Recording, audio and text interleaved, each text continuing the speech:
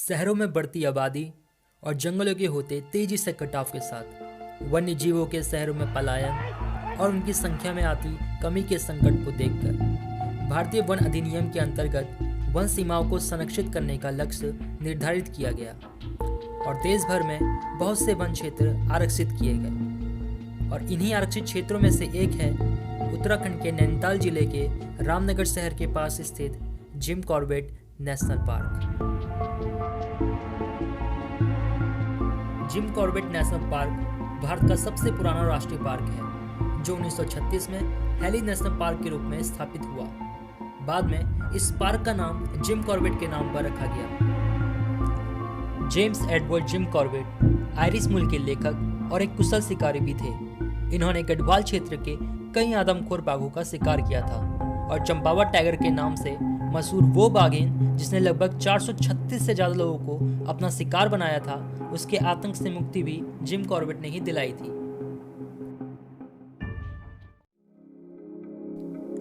Jim Corbett national park से जुड़ी ऐसी ही रोचक कहानियों और इतिहास को बयां करता हुआ धनगढ़ी का एक Corbett museum. Dhangadhi museum Ramnagar से रानीखेत मार्ग पर 20 किलोमीटर की दूरी पर है और यहीं पर स्थित धनगढ़ी गेट कॉर्बेट के विभिन्न जोनों में से एक ढिकाला जोन का मेन एंट्रेंस भी है।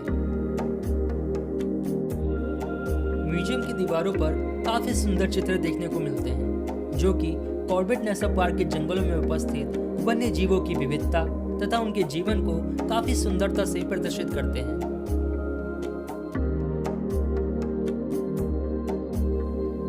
म्यूजियम के प्रवेश द्वार के ठीक बाद जिम कॉर्बेट का एक स्टैचू स्थित है, जिन्होंने इस नेशनल पार्क की स्थापना और बाघों के संरक्षण में महत्वपूर्ण भूमिका निभाई थी।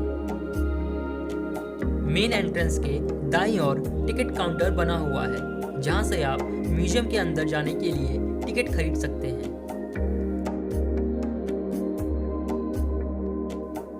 म्यूजियम को कई रूम्स में डिवाइड किया गया है, जिनको काफी क्रिएटिव ढंग से डिजाइन किया गया है।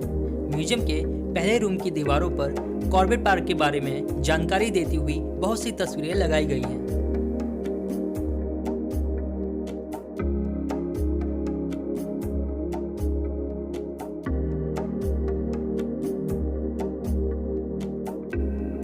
साथ ही यहाँ कुछ गुलदारों और बाघों को दर्शाया गया है, जिनकी मृत्यु प्राकृतिक या फिर जंगल में हुए संघर्ष के दौरान हो गई थी। यह सभी दिखने में काफी आकर्षक और सजीव लगते हैं।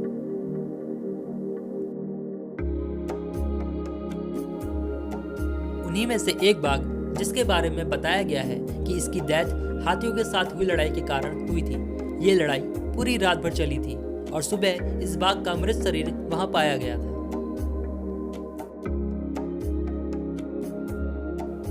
म्यूजियम के अंदर कॉर्बेट नेशनल पार्क की जैव विविधता और यहाँ के तीनों भागों वुडलैंड, वेटलैंड, ग्रासलैंड को काफी सुंदरता से दिखाया गया है। और अगर आप यह जानना चाहते हैं कि रात के समय वन्य जीव कैसा व्यवहार करते हैं, तो उसके लिए भी यहाँ एक स्पेशल रूम डिजाइन किया गया है।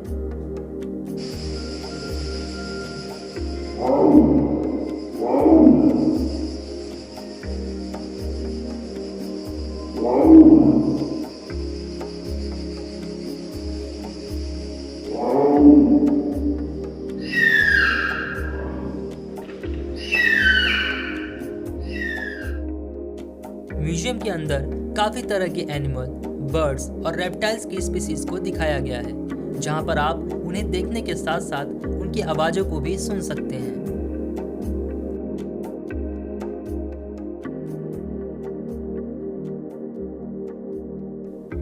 साथ ही यहाँ एक ऐसा रूम भी है, जहां आप मानसून के समय जंगल में होने वाले शोर और उसके एटमॉस्फेयर को महसूस कर सकते हैं।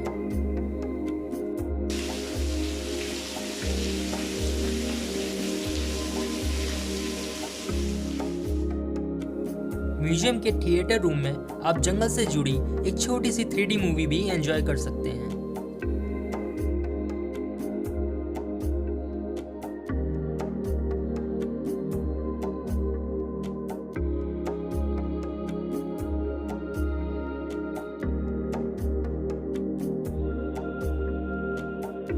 म्यूजियम के इस रूम में हमें कॉर्बेट पार्क प्रशासन और स्थानीय लोगों का आपसी समन्वय देखने को मिलता है।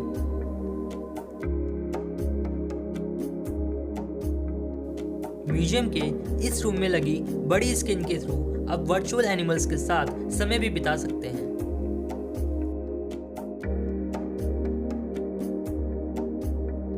यह सेक्शन बच्चों के लिए काफी एंटरटेनिंग है।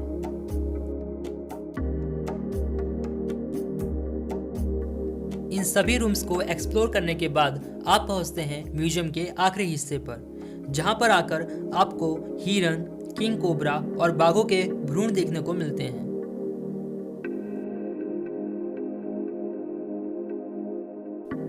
साथ ही यहाँ पर जिम कॉर्बेट के द्वारा किए गए आदमखोर बाघ के शिकार को दर्शाया गया है।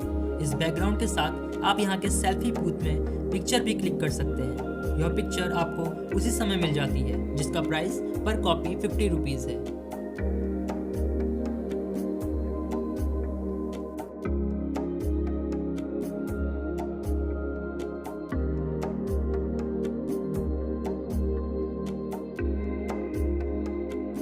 तो ये था धनगढ़ी कॉर्बेट म्यूजियम का सफर। अगर आप नेचर लवर हैं और कभी भी कॉर्बेट नेशनल पार्क घूमने आते हैं तो यहाँ जरूर विजिट करें। ये आपको काफ़ी पसंद आएगा।